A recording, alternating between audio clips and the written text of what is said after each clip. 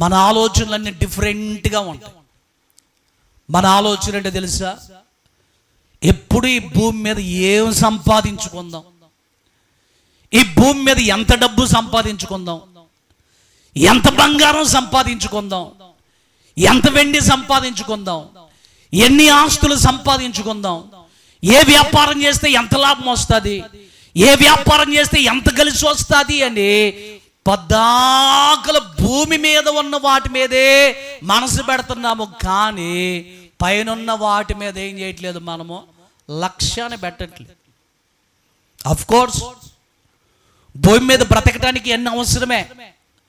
భూమి మీద బ్రతకడానికి ధనము కావాలి, భూమి మీద జీవించడానికి స్థలము కావాలి, భూమి మీద బ్రతకడానికి ధనము అవసరమే. కానీ ఇక అవే శాశ్వతము కాదు, అవే స్థిరమైనవని వాటి మీద లక్ష్యమును ఉంచకుండా, అవే స్థిరమైనవని వాటిని నమ్ముకొనకుండా, భూ సంబంధమైన వాటిని గురించి ఆలోచన చేయకుండా, భూ సంబంధమైన వాటి గురించే ఎక్కువ మన మనస్సు పెట్టకుండా, పర సంబంధమైనవి అనగా పైనున్న వాటిని మనము వెదకేటువంటి వారముగా.